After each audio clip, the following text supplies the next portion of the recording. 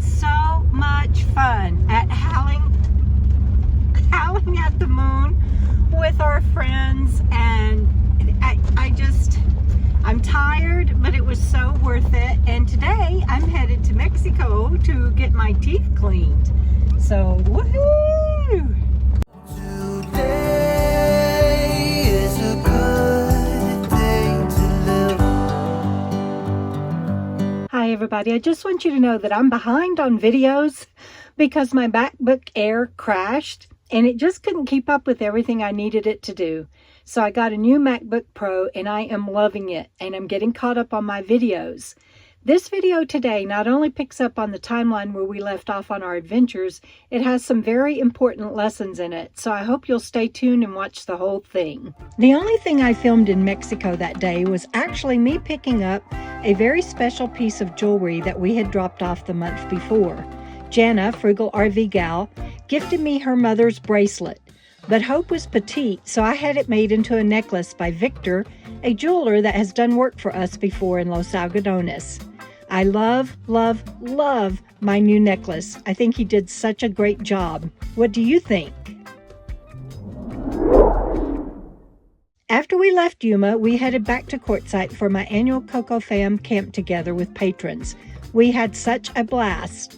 There was no agenda or set schedule. We just spent 4 nights hanging out together, enjoying campfires, good food, games, swapping stories, and fun.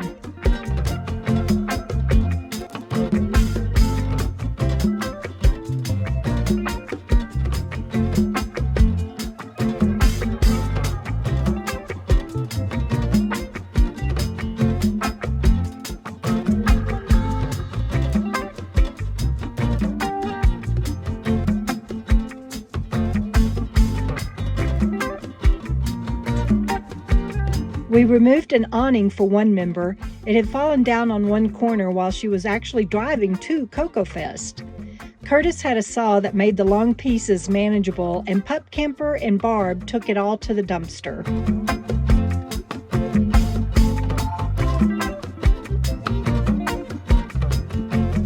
We sent love to Cece, who lost her sweet baby pup Eli at age 23.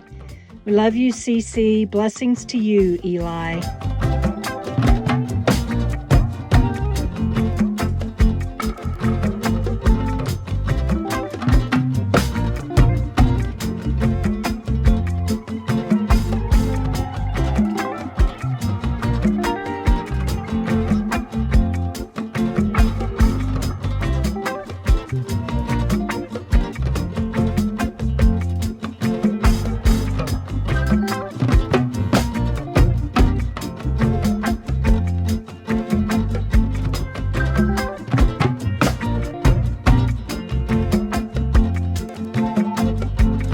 On the last day, some of us went to Silly Al's for pizza.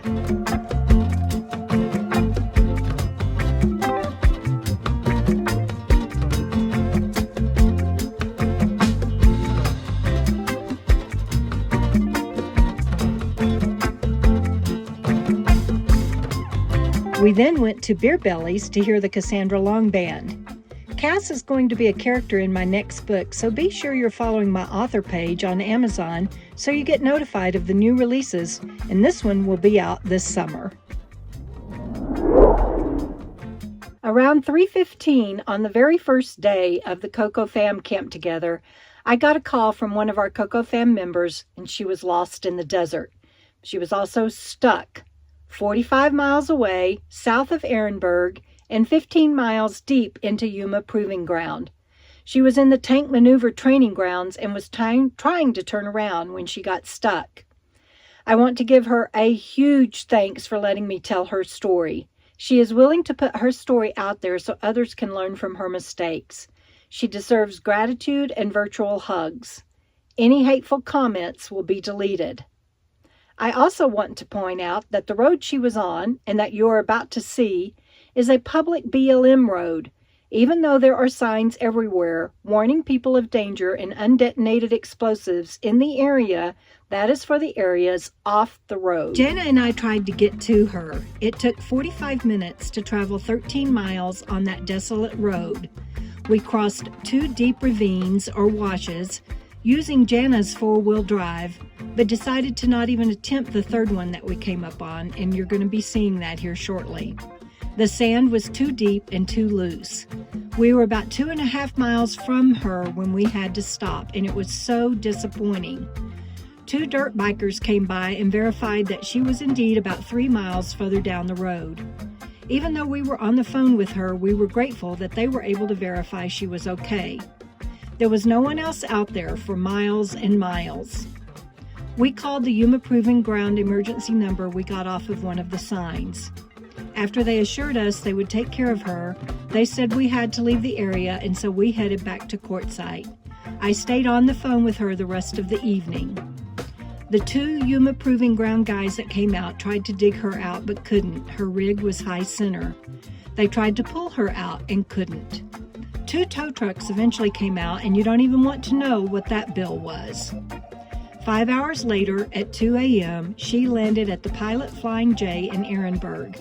I fell asleep sometime before 3 a.m. It was a long night for everyone, but fortunately and gratefully she was able to join us the next day. Here are the lessons learned from this. 1. Listen. Listen to your inner voice. She had been telling herself something wasn't right and passed a couple of chances to turn around. Her goal was to just find us and get safe. It's so easy for all of us to override that still, small voice. 2nd lesson, stay out. Stay out of washes. Don't camp in them, and don't try to turn around in them. Don't even drive through them unless it is an established lane or road. Number 3, signs. I want to stress that she did not go past any signs that said do not enter. This was all public land and a public road. The warning signs are to let you know, however, that it's not really a place you want to be. When you're new to an area and a little panicked, it's easy to ignore warning signs. Don't. Kind of like those signs that say don't drown, turn around. Lesson number 4, walk it. If you're uncomfortable, turn around. If something feels wrong, it probably is. Turn around. And before you go around a bend or over a hill that you're not sure about, get out and walk it. You might think you can see from the rig, but walking it first is always your safest option. Number 5, prepare ahead. I've done videos before about not trusting your GPS. Take time before you go and drill down in Google Maps or some other software. Use the satellite view and the street views to get a mind's eye about the area where you're going and what it looks like.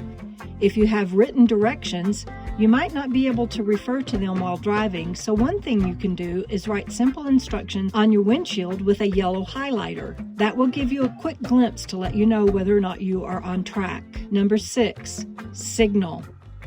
Often while traveling, you will run across areas where you don't have signal. She was so very lucky she had signal where she got stuck. If you're going to go to areas that might not have a signal, consider getting a GPS tracker for emergencies. So we hope this helps someone else.